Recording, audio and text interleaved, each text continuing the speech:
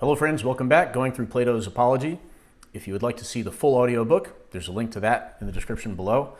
And there's also a link to the place where I'm reading from the text. And we're going to start today where Socrates says, "Someone will say, and are you not ashamed?" Right. So again, this isn't a deeply scholarly critique or description. I'm just reading the text and offering my reflections on it. It's a text that's worth spending some time with. And if you've made it this far, you're just joining us, welcome. Let's continue. Socrates says, "Someone will say, and are you not ashamed, Socrates, of a course of life which is likely to bring you to an untimely end?" You know, you've spent your life in this way. You've unfortunately made some enemies, but aren't you ashamed of that, spending your life in this way? To him I may fairly answer, there you are mistaken. I am a man who is good for anything. A man who is good for anything ought not to calculate the chance of living or dying. He ought only to consider whether in doing anything he is doing right or wrong, acting the part of a good man or of a bad. That statement is worth repeating. He says, a man who is good for anything. So, a man who's good for anything. So, someone who's worth his weight in salt. A good man, a good person, says he ought not to calculate the chance of living or dying.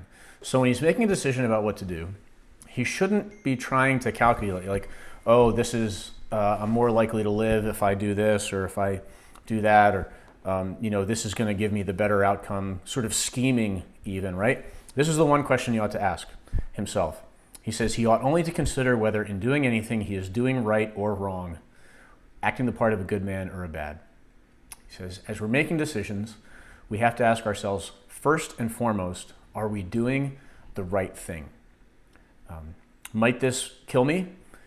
Socrates apparently has thought of this, and his answer is, it might, but this is the right thing to do, and that's my chief concern.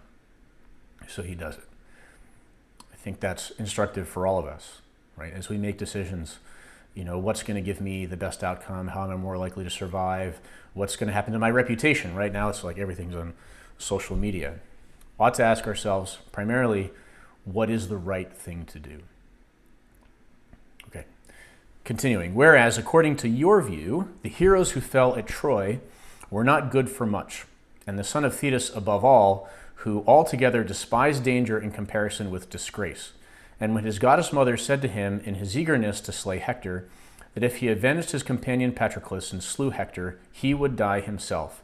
Fate, as she said, waits upon you next after Hector.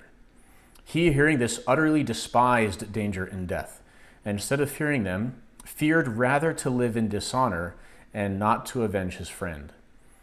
So what he's talking about here is Achilles, is the son of Thetis, and so what happened was, and this is all in the Iliad by Homer, Hector kills his good friend Patroclus, and then Achilles wants to slay Hector. But Achilles knows, and his mother, who's a goddess, tells him, if you kill Hector, you'll be next. And Achilles says, the one right thing for me to do is to avenge Patroclus and to kill Hector. That's what he's convinced is the right thing for him to do. He knows he's going to die, but he's going to do it anyway. He would rather die than live with the dishonor of having not avenged his friend Patroclus, right? Honor was a really, really big deal. As it comes out if you read the Iliad and the Odyssey, of high value. That was the measure of what was the right thing for him to do. He knew he was going to die quickly after that, but he had to do it anyway. So what Socrates is saying is that according to your view, if it's really just about calculating life and death, then these guys were worthless because they knew they were going to die and they did it anyway, right? So it's not, what he's trying to do is to show from their own literature, it's not about calculating whether you're going to live or die, but simply about what is the right thing to do. I've heard an expression, simply just what is the next right thing to do.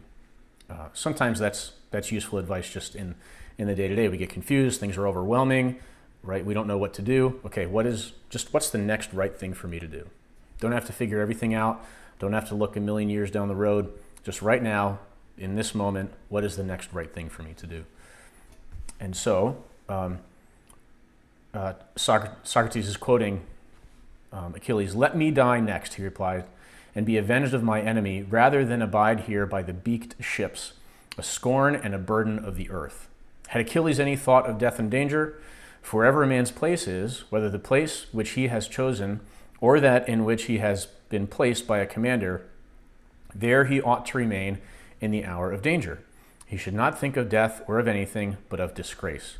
And this, O men of Athens, is a true saying. In war, in battle, and Socrates had fought in the Peloponnesian War, wherever someone is placed by a commander, he stays there. He realizes that he may die, but that's sort of the epitome of courage. Courage is primarily the willingness to do the right thing, to fight in battle, even if it means that you're going to die. So Socrates is saying that he has been courageous. He has been upholding and living out this value that they had in ancient Greece for courage and for staying the course. He had been given an order by the god as he saw, and he was carrying that out. Okay, so he said, strange indeed would be my conduct, O men of Athens, if I who, when I was ordered by the generals, whom you chose to command me at Potidaea and Amphipolis and at Delium, remained where they placed me like any other man facing death. If I say now, when, as I conceive and imagine, God orders me to fulfill the philosopher's mission of searching into myself and other men, I were to desert my post through fear of death or in any other fear, that would indeed be strange. And I might justly be arraigned in court for denying the existence of the gods if I disobeyed the oracle because I was afraid of death. Then I should be fancying that I was wise when I was not wise. So again, he's saying it would be strange if I obeyed those generals during the Peloponnesian War, and then I disobeyed the general, basically the god, he's saying, who had given him this command to philosophize. And then he says this, then I would be pretending to be wise when I was not wise. What he's saying is that I would think that I was wiser because I would be saying, no, I'm not going to do that because I'm afraid I'm going to die, right? So it seems like a kind of wisdom, like this foresight, like this is going to be a bad thing. This is going to end in a bad result for me. And then somehow seeing that as calculating the ultimate good for himself, rather than trusting to the authority that has given him this command, right? And the true wisdom, which knows that doing the right thing is more important than calculating whether or not there's going to be death. Because he says, for this fear of death is indeed a pretense of wisdom. Interesting. The fear of death is a pretense of wisdom. Somebody who's clever says, this might lead to an untimely end, so I'm not going to do that. That looks like wisdom, Socrates says. Right. It's a pretense of wisdom and not real wisdom, being the appearance of knowing the unknown, since no one knows whether death, which they in their fear apprehend to be the greatest evil, may not be the greatest good. Right? And so part of that cleverness is this, that they think that death is this incredible evil that has to be avoided at all costs, even at the cost of dishonor, perhaps, or doing the right thing. But they don't really know. They're saying, oh, death is this terrible thing.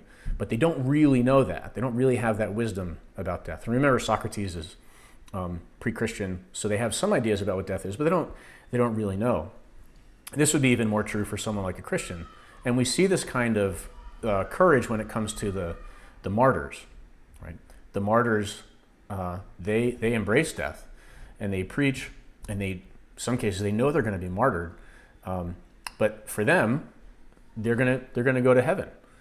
And so it's an incredible wisdom to give up what they're going to lose anyway, their lives, to win that greater good, which is heaven. Right? He says, is there not here conceit of knowledge? They think they know, but they don't, which is a disgraceful sort of ignorance. So that's interesting. Conceit of knowledge, so pretending to know what we don't really know, is a disgraceful sort of ignorance. Right? And this is the point in which, as I think, I am superior to men in general, and in which I might perhaps fancy myself wiser than other men, that whereas I know but little of the world below, in other words, the afterlife, I do not suppose that I know. So again, why is Socrates wiser than other people? Because he knows he's not wise. He knows he doesn't have that wisdom. And in his recognition of that, that's where his wisdom is. Right? People who think they know but don't, they are more ignorant than Socrates is, because at least he knows he's ignorant. But I do know that injustice and disobedience to a better whether God or man, is evil and dishonorable. So this is something he does know. Disobedience to a better, that's dishonorable. Right? That is one thing that he does know.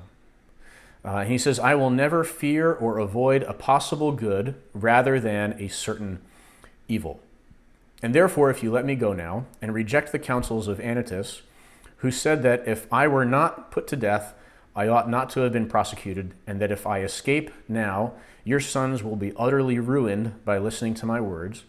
If you say to me, Socrates, this time we will not mind Anytus, and will let you off, but upon one condition, that you are to inquire and speculate in this way no more, and that if you are caught doing this again, you shall die. Right? So he's saying, if you tell me, okay, we'll let you go, but you can't philosophize anymore. If that's what you say. If this was the condition on which you let me go, I should reply, Men of Athens, I honor and love you, but I shall obey God rather than you, and while I have life and strength, I shall never cease from the practice and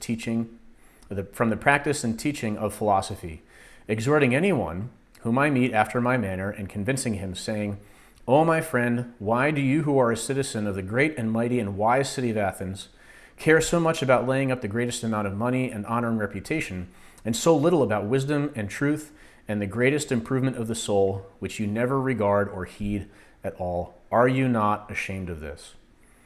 So again, Socrates, you can go, we'll let you go, but you can't philosophize anymore. He says, look, your commands are secondary to the higher command, which is the command of God, to philosophize. But it's an interesting way he puts the question. He would still go to the men of Athens, say, look, you are citizens of this great city, right, where there's so much beautiful culture and wisdom. Why do you care so much about things that don't really matter? Right? I mean, we could shout this from the rooftops today. What do people care about? Laying up money, honor, reputation, right? How many likes you have, how many subscribers you have. I know, irony, as I'm making this for a YouTube video. But those are the things that we care so much about, when really, what is that really matters in life? And Socrates is trying to, he's got us by the collar and he's shaking us now. And he's saying, when really you should be thinking about wisdom and truth and the greatest improvement of the soul. Gut check moment. How much time do we spend towards that end, right? Wisdom and truth and the greatest improvement of the soul. That's the primary good for us. He says, are you not ashamed that you think more about one thing than the other, which is the greater good for you? And if the persons with whom I am arguing says, yes, but I do care, I do not depart or let him go at once. So if people try to pass him off, they're like, yeah, I do care about that. Then he holds on to them and he continues to question them. I interrogate and examine and cross-examine him, and if I think that he has no virtue, but only says that he has, I reproach him with undervaluing the greater and overvaluing the less. And this I should say to everyone whom I meet, young and old, citizen and alien, but especially to the citizens. Right? Interesting the kind of love he has for the patriotism. And this I should say to everyone. He said, the citizens, inasmuch as they are my brethren. For this is the command of God, as I would have you know, and I believe that to this day no greater good has ever happened in the state than my service to the God. My service to the God. That's quite a statement. My service is the greatest thing, right? Why? Because he's going and he's encouraging people to think about what is of true value. For I do nothing but go about persuading you all, old and young alike, not to take thought for your persons and your properties, but first and chiefly to care about the greatest improvement of the soul. That's what really matters, right? I tell you that virtue is not given by money, but that from virtue come money and every other good of man, public as well as private. That's worth repeating. That's a great quote right there. Virtue is not given by money. You can't become virtuous from having money or from paying a certain amount, right? But the virtue is the more valuable thing. He says, but if you are virtuous, then you might get money or any other good, right? And even those other goods, they are in relation to us insofar as we are virtuous. Money in the hands of a bad person will really just be an evil. It'll make them worse. So the virtue is the primary thing. And that's what he's telling people to think so much about. This is my teaching. And if this is the doctrine which corrupts the youth, my influence is ruinous indeed. He's being ironic. But if anyone says that this is not my teaching, he is speaking an untruth. Wherefore, O men of Athens, I say to you, do as Anytus bids, or not as Anytus bids, and either acquit me or not. But whatever you do, know that I shall never alter my ways, even if I have to die many times. So we're going to hold off there. Thanks for watching. Don't forget to like and subscribe.